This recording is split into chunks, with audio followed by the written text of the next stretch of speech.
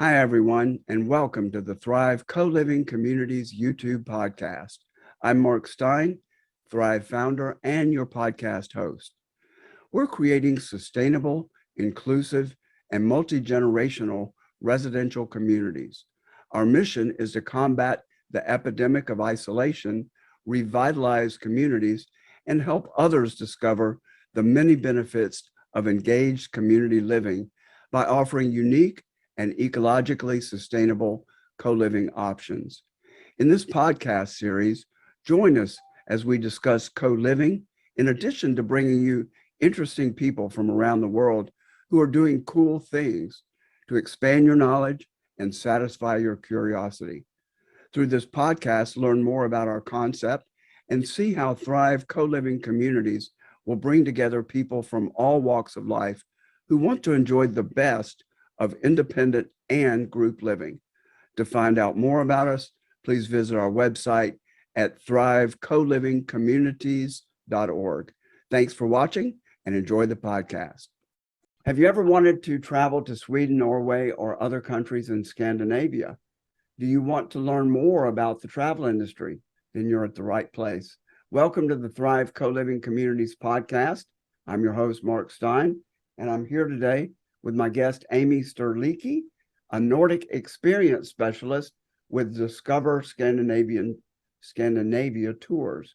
In her role, Amy works with clients to help them design a personalized Scandinavian vacation they'll remember for years to come.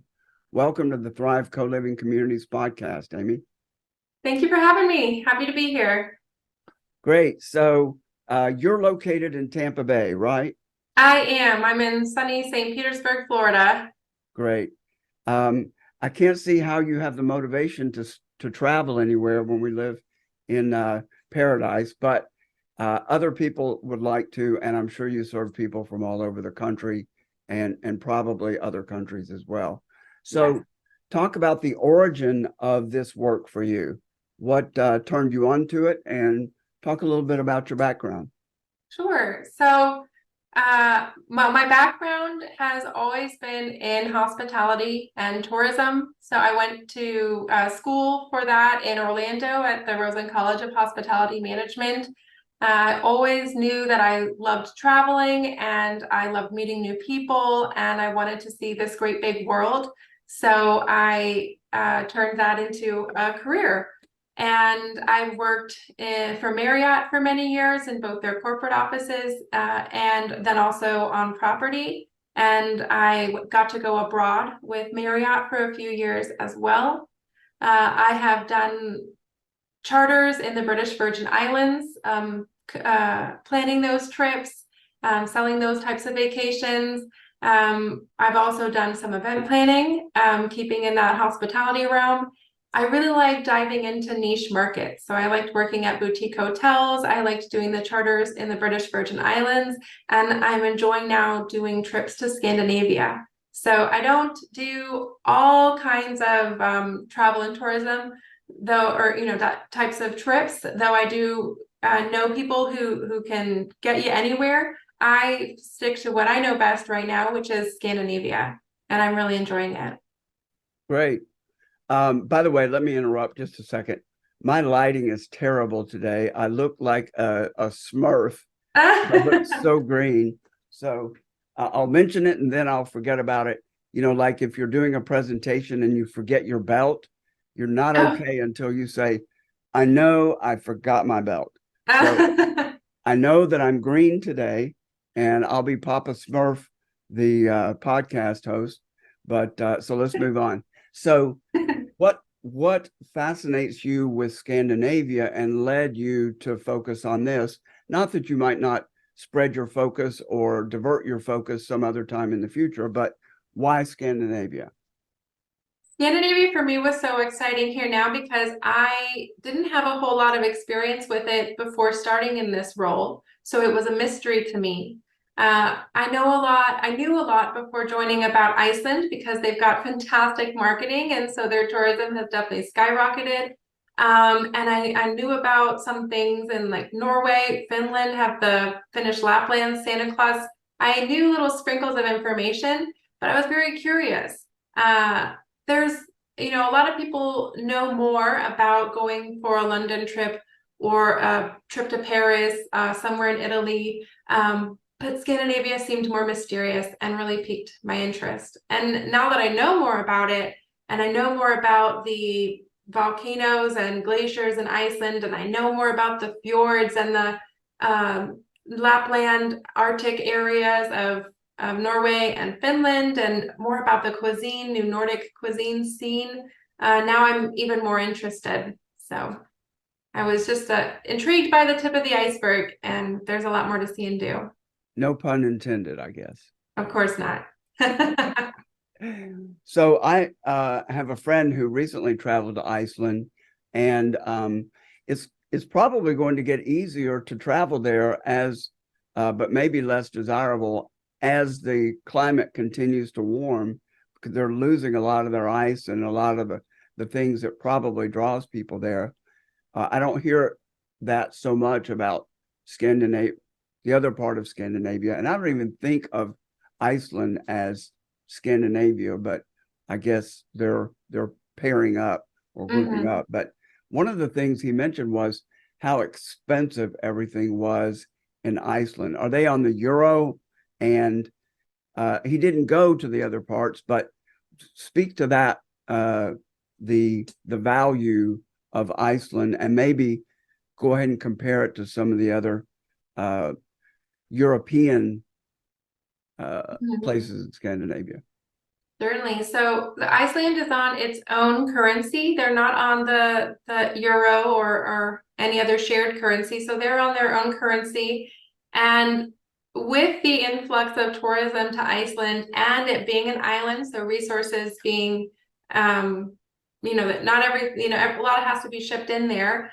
Prices are higher to go to Iceland than many other European destinations.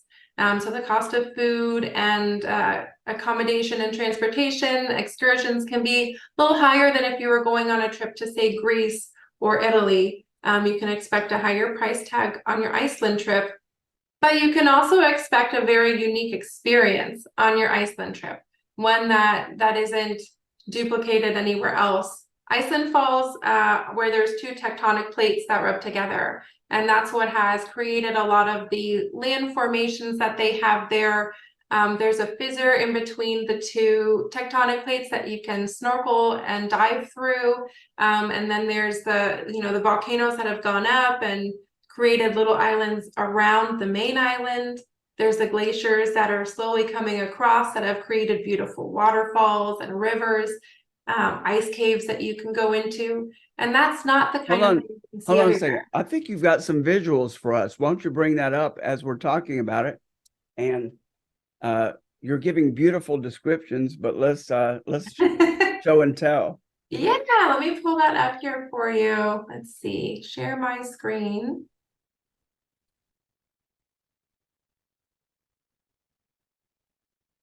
Okay, can you see my screen here now? Yes.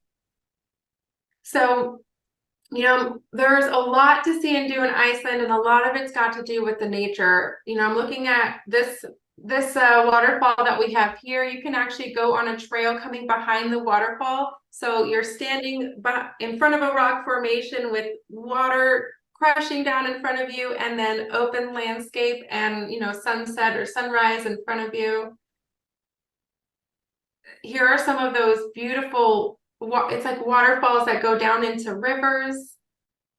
Iceland is also known for being very artistic. There's a lot of quirky people up there, and so you'll find a lot of colorful buildings in the city center in Reykjavik. The streets are painted multicolored. And then I think of another image here. These are these basalt stone rock formations that are just falling off the side cliffs, from some of these places, and the black sand beaches you can see here as well. I don't have an image of it easily accessible here, but there is a black sand beach that they call Diamond Beach because it actually has big chunks of glacier that have broken off sea, and then they float in. So you've got this beautiful black beach that has these large diamond, crystal looking thing all over. It's jaw-dropping. I think I did kind of go through some of those pictures a little quickly. I'll just sort of bring them up here again.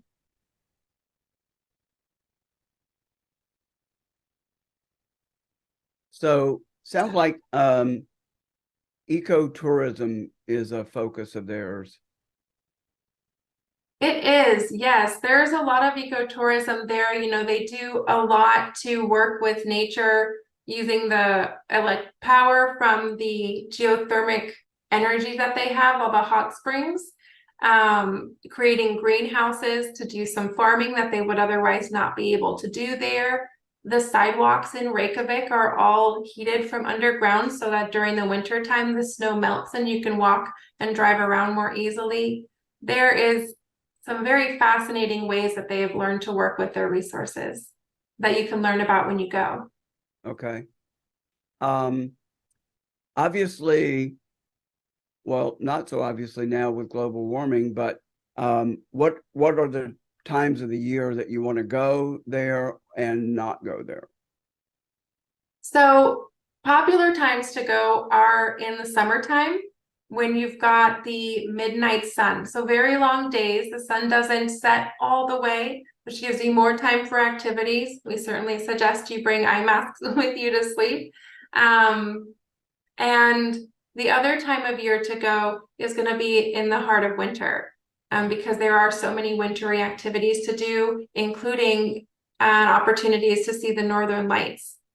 I wouldn't necessarily say that there's a bad time to go, but there are more popular times to be there. Most popular is going to be in the summer from late June, July, and August. So if you were to get there before or after, you'd still get longer days, but maybe a little less crowds, and maybe late May, end of August, September time. And then in the heart of winter, winter is awesome and less popular. So you'd have less crowds that time of year, but still lots to do and see. How about rates? Do they vary with the seasons? Throughout all of Scandinavia, you'll find that the rates are highest in the summertime. Okay. Mm-hmm. I believe that some flights to Europe stop over in Iceland. So if that's true, that could be a way to maybe build in a stopover there on your way to other Scandinavian countries. Am I accurate there? That's absolutely correct. Yeah. So Iceland Air actually offer you can do a connecting flight through Keflavik, which is the main airport in Iceland. And they'll allow you to add, I think it's 3 or 4 nights, a layover there without charging you any difference in price for that connection to your destination in Europe. And so that provides for a great long weekend stopover in Iceland. And while there is so much to see and do throughout Iceland, if you're staying for just that amount of time, you may just want to stay in the heart of Reykjavik and do some excursions out of the city. And so that's very possible to do. You can enjoy yourself and see a lot in just a short time there. You seem pretty high on it, on Iceland. I do love Iceland. Yes, I know. I get excited when I talk about it because there's a lot to be excited about. I have a fondness for the geothermic spas that they have there, which are their hot springs. They've got some that are more man-made and touristy, like the Blue Lagoon, which is one people have heard about a lot. It is more of a tourist attraction, but they do such a great job at it. It's still worth seeing. And then they've got more nature-based ones that are sort of outside of the city. And those provide a really peaceful, relaxing environment that they're worth going to as well. I love so many different parts of it. I could keep going. Okay. Well, let's don't though. Let's move on Sure. and to some other countries. But we've done a nice little stopover in Iceland. Mm-hmm. So let's go to your next favorite country over in Europe, the European Scandinavia. Mm-hmm. So next up, I would say Norway. And one of the things that I know about Norway, because I'm a Tesla fan, is that they have really embraced electric vehicles. And in fact, I believe they sell more electric vehicles than they do internal combustion engine vehicles. And they may have the highest per capita use of electric vehicles. I think in the world, I think they're leading in that area. So I'll just mention that tidbit. You're probably not, it's probably not part of your itinerary to go to Tesla charging stations, but talk to us about what appeals to you and what appeals to your clients about Norway. Certainly. So I'll expand on that, and I will just say about the electric vehicles, those statistics and that information you provided really lines up with my experience there. So most recently I was in Oslo in April, a few months back, and I could not believe how many Teslas I saw around. It was, Tesla land for sure. So they're big on staying green and taking care of the environment. Fun fact, while I was in Oslo, I learned on this occasion that while there are streets above ground in the capital of Oslo, their main thoroughfares are actually underground. So you'll find that it's a very pedestrian-friendly city and very well manicured. So easy to get around, not high traffic, and very pedestrian-friendly. And helps during the wintertime for sure. It certainly does. Absolutely. Mm-hmm.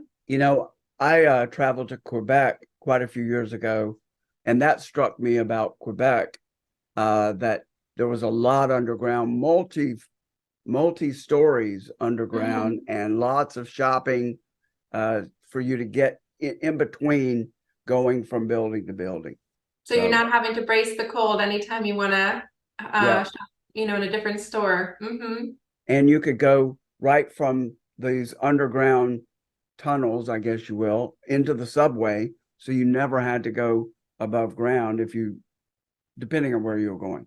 So is that similar, that there are lots of shops in these underground areas of Oslo? So not that they have the shops and pedestrian walkways underground. That's not as common.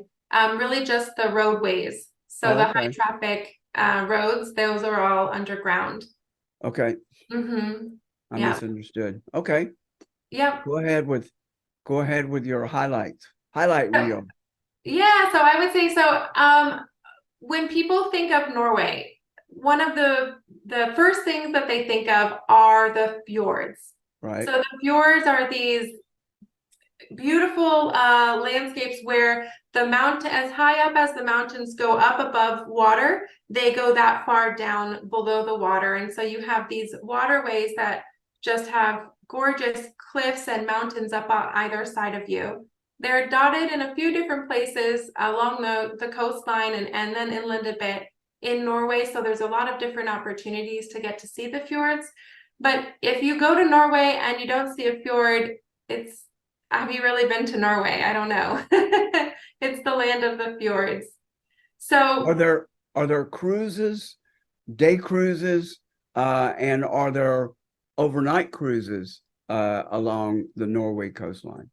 Yes, and yes, all of the above. Okay. So there's opportunities for you to stay in a city or one of the villages that are along the fjords and take day trips up and down them, or on one of our itineraries, we have a rib boat tour. So it's a fast-paced boat that gets to get along up close to the edge of the fjords and down some of the more narrow fingers of the fjords that a bigger ferry ship wouldn't have been able to go down. And then there are also overnight cruises. Norway has a lot of coastline, and so some of these overnight ferries will actually take you up along the coast of Norway from bottom to top, or just for little sections in between if you like. So all of the above, lots of ways to get on the water in Norway. Cool. And are there cruises during the winter too? There are cruises during the winter, yes.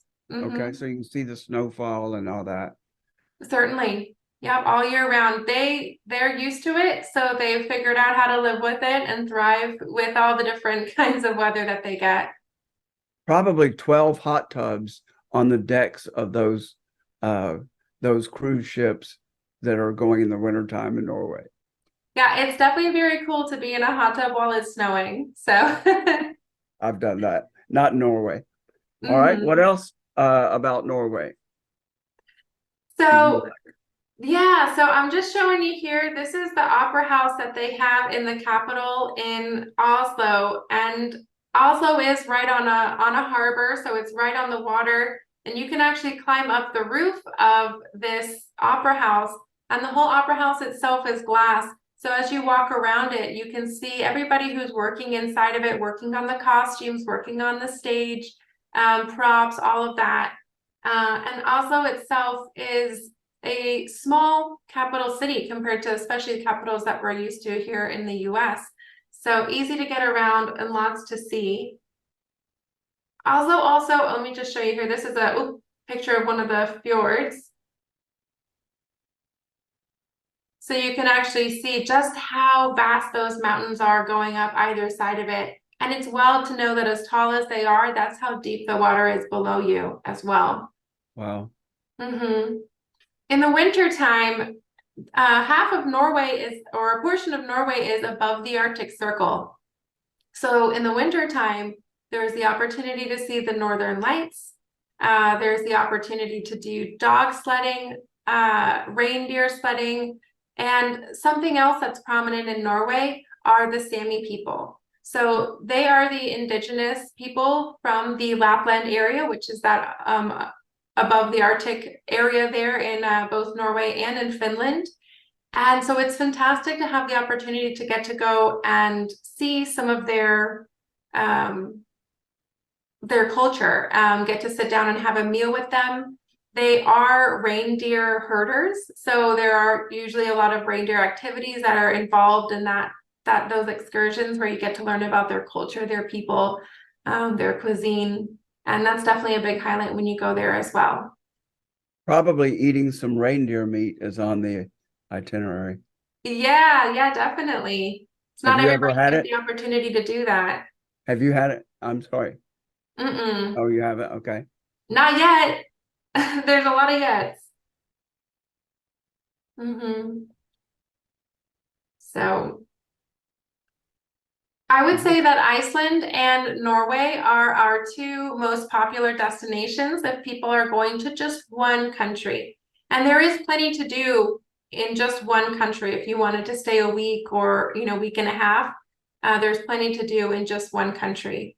And other than Iceland and Norway, our next most popular trips to do are multi-country trips. And this is where people get to spend 3 to 5 days in each city, or I'm sorry, in each country. They get to see the capitals and then also expand outside of the capitals to some of the countryside and smaller areas outside of those main cities. Is this the Northern Lights? Yeah, these are some pictures of this. Here is a picture of the Northern Lights. On all of our winter activities, we include multiple Northern Light excursions to try to up the opportunities for you to get to see the Northern Lights. They certainly can be elusive, but worth it if you do get to catch them. Okay. Mm-hmm. What's the next country you want to show us? What's the next most popular country? Sweden? I would say right now, given the time of year that we're in, a lot of people are thinking about Christmas and New Year's. And I can say that a lot of people have actually been requesting Finland. Prior to working here at Discover Scandinavia Tours, I would not have had Finland on my radar really of somewhere to go. They are very humble people, and they say we are the worst sales and marketing country because we just don't like talking about ourselves. So I think that's why I hadn't heard about how wonderful it is, and it hadn't been on my radar before because they just don't have as much marketing as Iceland and some of other countries do. But right now I'm getting a lot of requests for Finland. Finland is actually the home of Santa. There's Santa's village that you can visit a little bit further north in a town called Rovaniemi. They also have the Sami culture. So when you go to Finland, you get to see the capital of Helsinki, which is this new, funky, artsy city. lots of history, Viking history as well. And then it's time to venture outside. So you get to go up north, again to the Arctic, dog sledding, staying in those glass igloo type accommodations where you've got glass ceiling, glass walls, so you can see the northern lights, reindeer safaris, snowmobiling. There are a lot of fun activities to do, active activities to do in Finland. So I'd say that's next on my list. What is this that you're showing there? So this picture is actually a cathedral that they have in Helsinki, and it is built down below ground. So right now what you're looking at are the pews in the cathedral, the rock wall that is the surrounding walls, and then the dome that's above it. It's just a gorgeous piece of architecture, along with many others that they have there in Helsinki. So we include it on our tours. And I don't think you can see it in the picture, but against one of the walls, there is an organ, and its pipes are built into the rock wall. Cool. Mm-hmm. What about summer activities there? So summer activities, and really throughout all of Scandinavia, include a lot of hiking. Scandinavians care a lot about the well-being of nature and preserving it. And also part of what makes them the happiest countries in the world is that they have they put a lot of value and importance on being engaged with nature. So you'll find that a lot of natives there and a lot of the activities we include in our itineraries have to do with getting out into nature, going on hikes, going on boat rides, trails through the fjords and along the archipelagos, and really getting out on the water and up in the mountains and in nature. What about in the wintertime? It probably restricts people. I'm sure they get out more than some other cultures because they're used to it. But did I hear that there are some challenges with isolation, alcoholism, that sort of thing in the wintertime in Scandinavia? I would imagine that there could be, darker weather can dampen people's moods. I can't say that that's anything that has come up with any of our, people who've gone on our programs, or from a tourism point of view. I can't say that that's something that has really affected any of the travel from the people we've talked to. But yeah, I personally lived in England for a little while, and born and raised in California, and then I've lived the rest of my life in Florida. And I can say that moving to a cloudier climate definitely can affect the mood, people's mental health. I've even found it here, and I've noticed it just lately with the days getting shorter and the darkness coming earlier. I'm not as inclined to go out, even to the gym last night. I was like, oh. So I'm sure that darkness affects them, but that's more cultural with the native population than anybody would be affected by if they're traveling there. So that's right. Where do you want to take us next on our tour? Well, let's see. I'm going to take you to, this is one of our new itineraries, and there's quite a few fun elements that I think would be interesting for you to hear about. So this is our Mingle with Scandinavians. It's a green escorted group tour. The reason why I wanted to bring this up to you is because it really highlights living like a Scandinavian, getting the opportunity to travel as they do, and hearing about some of the different features that are available throughout Scandinavia. So this particular program, it starts off in Sweden. You start in Stockholm. This is a very short view of it, but you will take a scenic train ride from Stockholm through the heart of the country, make your way to Denmark, where you'll get to see Copenhagen. Train ride again, and stopping in some different cities along the way. Train ride through Denmark up to the most northern tip of it, where you'll actually do an overnight cruise up to Norway. Once you get to Norway, between a combination of train rides and boat rides again, you get to travel up along the coast. And so getting to see all of the different, it's like planes, trains, and automobiles. You know, you'll have had to fly over there. You'll be taking trains throughout. There's a couple places where we include private transfers, so little car rides from your airport to your hotel, and then also the boat rides as well. You get to do all these different kinds of transportations if you're traveling like a local in Scandinavia. And we like to emphasize that because getting from A to B can just be a logistical necessity, but there's ways that you can make it an adventure and an activity in and of itself, you know, a sightseeing opportunity. And a lot of what Scandinavia has to offer, its natural landscape, you don't want to miss.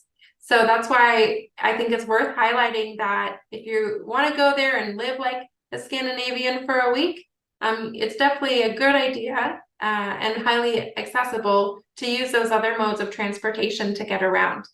It's fun and you get to see a lot more. And it's just a week, or are there 1 week, 2 weeks versions of this tour? So for this small group tour, which is where you'll be joining just 12 other guests, truly a small group experience, this particular program is offered with a 15-day program. So between Sweden, Denmark, and Norway, it's a 15-day program.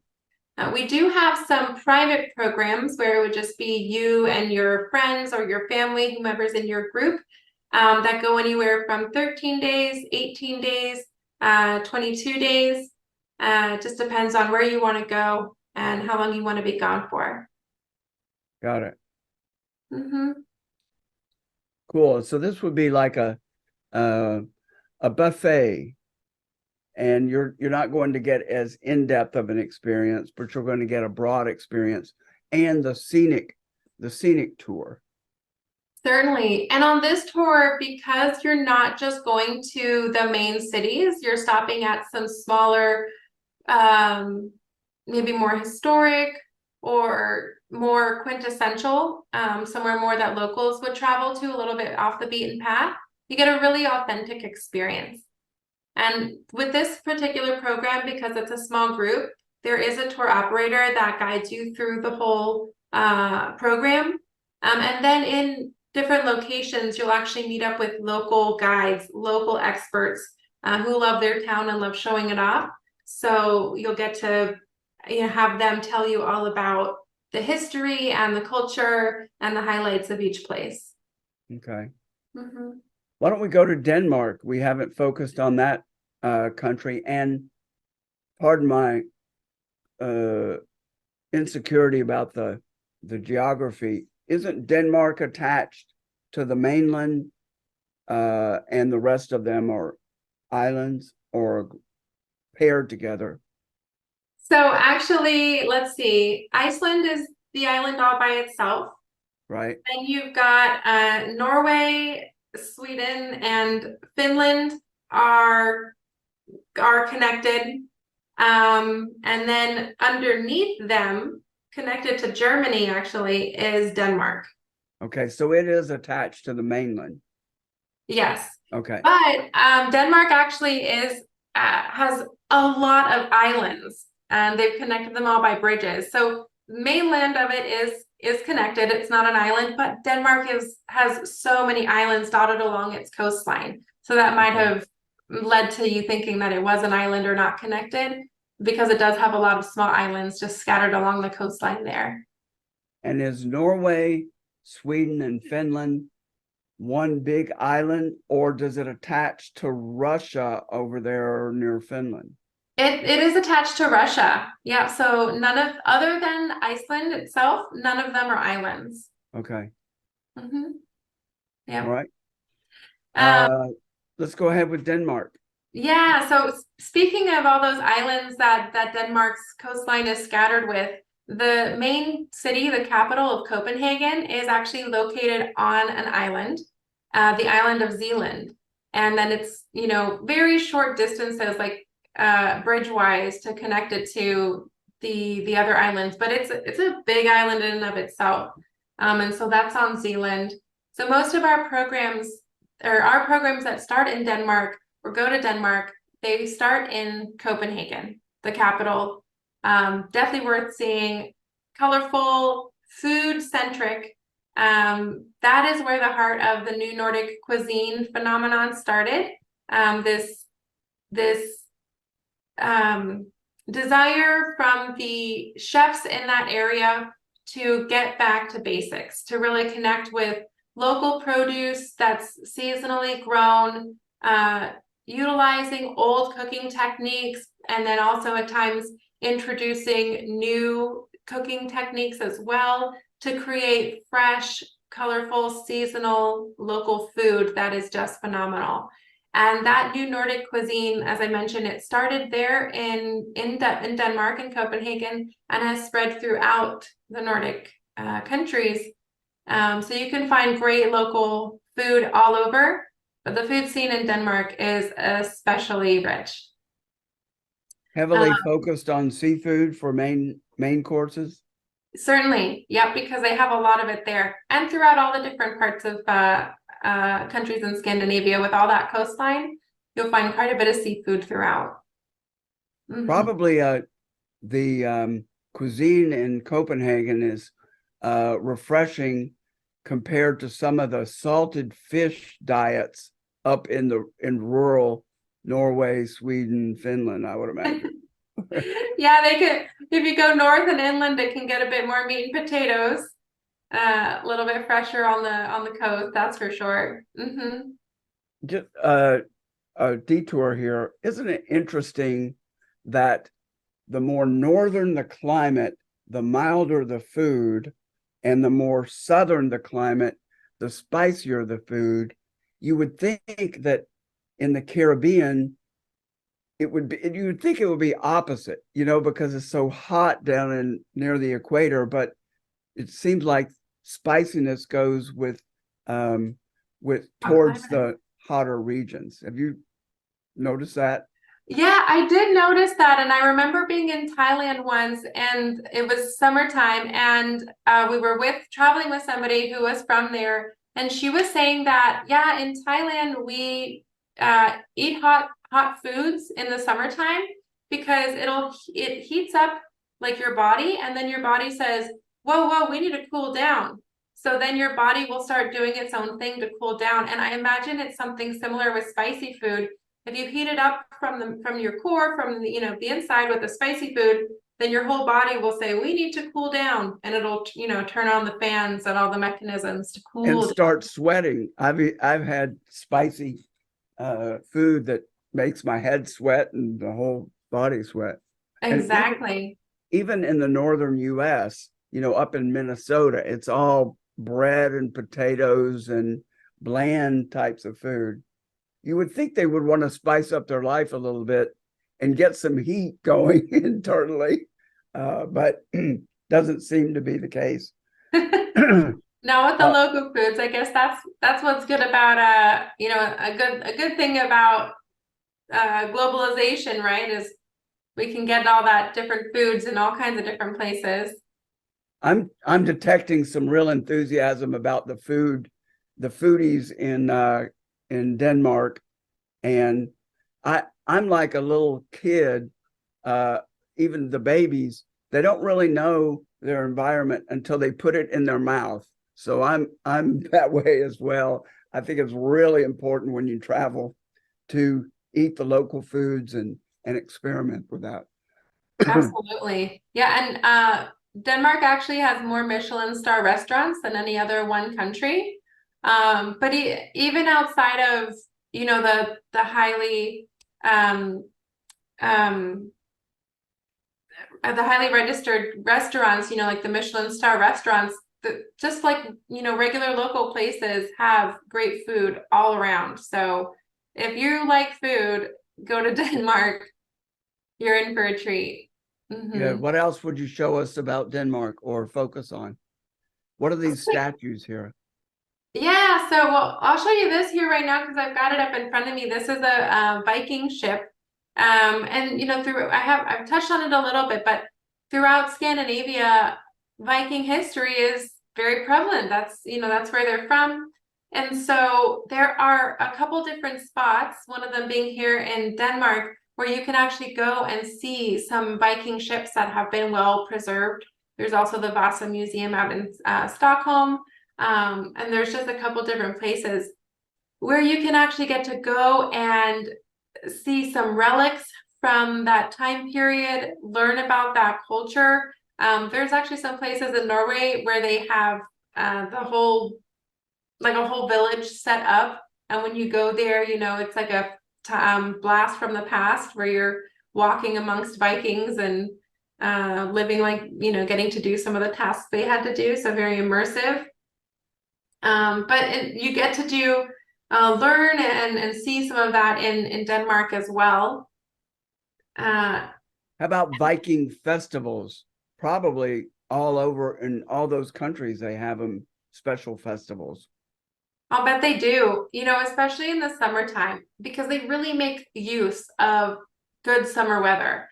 So all the hibernating that they do when they're in the winter, they spring in the opposite direction. As soon as the sun comes out, they're out. When I was there in April, we were driving through the countryside past someone's home where there was still some snow on their lawn, but the guy was out mowing the snowy grass without a t-shirt on, just a pair of shorts and shoes, because the sun was shining. So sun's out, they're out. And so in the summertime too, lots of festivals, music festivals, cultural festivals, food festivals, all kinds of activities to be out and about in the warm weather, sunny weather. Cool. Mhm. So Um, architecture, I think, is prevalent, not all of Scandinavia, but I think Denmark focuses a lot on architecture, does it not?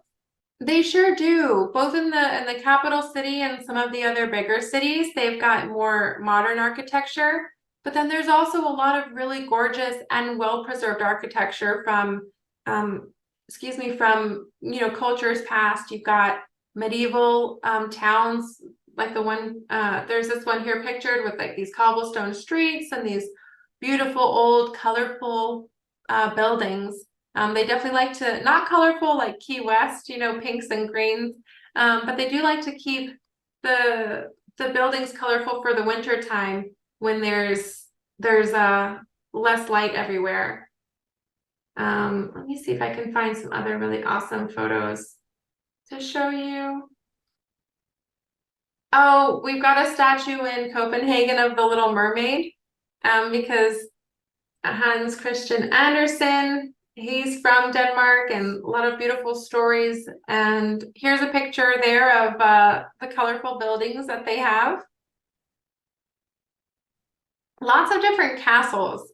We take people on a tour north of Copenhagen on that same island of North Zealand, to visit castles, to visit some of the palaces for the royal family. So there are some really gorgeous estates like the one pictured here on the right-hand side throughout that you can tour and walk around the grounds, walk around the gardens of. Some gorgeous historic churches as well that are centuries old. Being here in the US, we don't always have things that are, buildings and places that are that old. But over there they do. I think really most of the trips that we have in Denmark are centered in the summertime when you have those longer days. And for our winter activities, we tend to send people closer to the Arctic Circle or there above, because when people go during the winter, they want to see the Northern Lights. So not as much in Denmark during that time of year, during the winter, but certainly a lot during the summer. Got it. Mhm. Well, let's see. Why don't you come back, stop the screen share, come back, and let's sort of wrap up a little bit. Um, a lot of these appear to be educationally oriented, especially that multi-day tour, So that's probably going to appeal a little more to seniors, older travelers.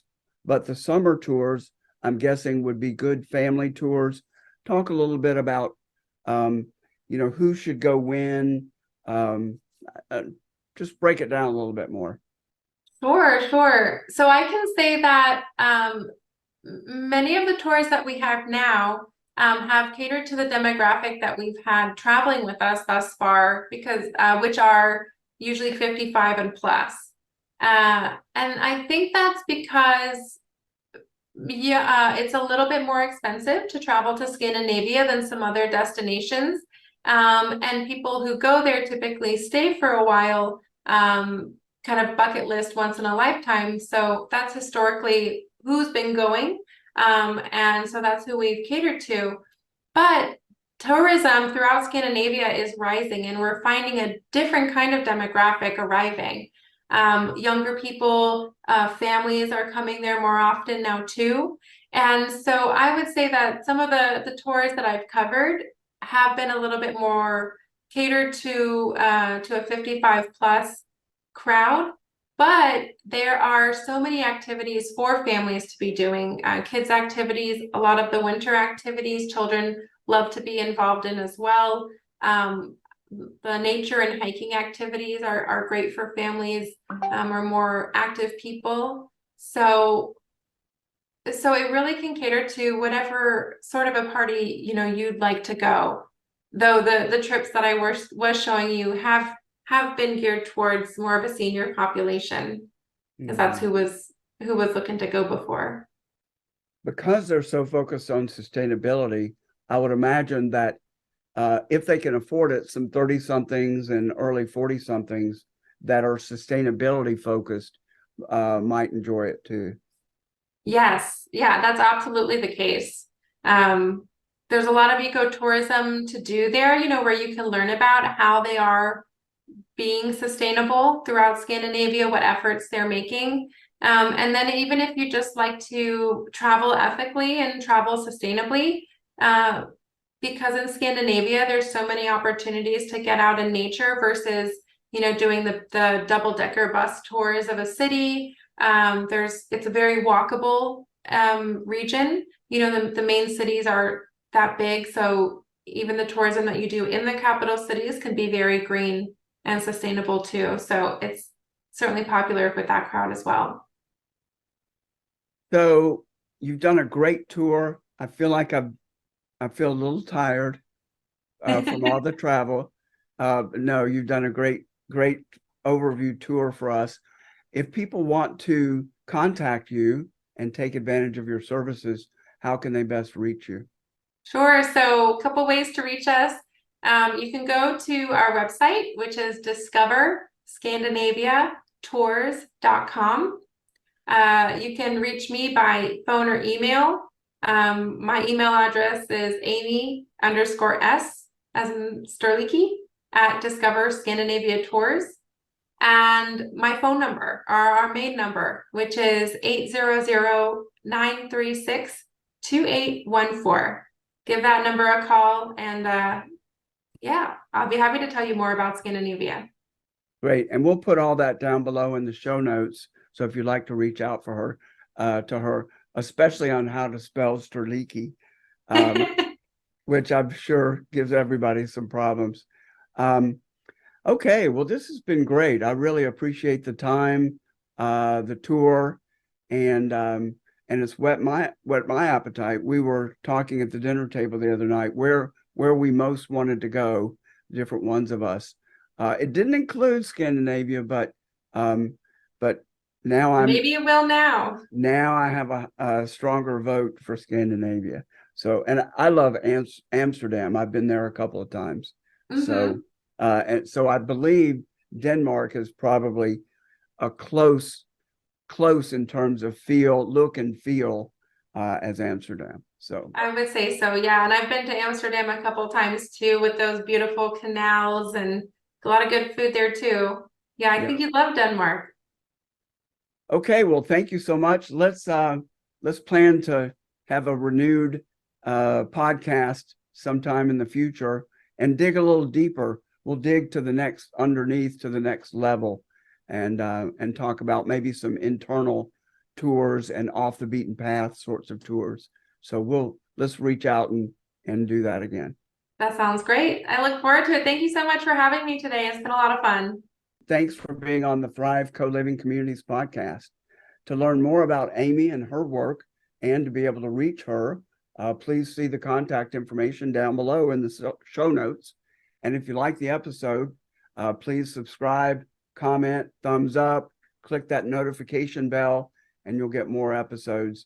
We publish almost weekly, so look for us and look for the previous podcast. If you want to learn more about Thrive Co-Living Communities, go to our website. It's linked down below as well, and support the podcast if you like. That's thrivecolivingcommunities.org. All right. Thanks again, Amy. See you next time. Sounds great. Bye. Thanks for joining us for another great episode of the Thrive Co-Living Communities YouTube podcast.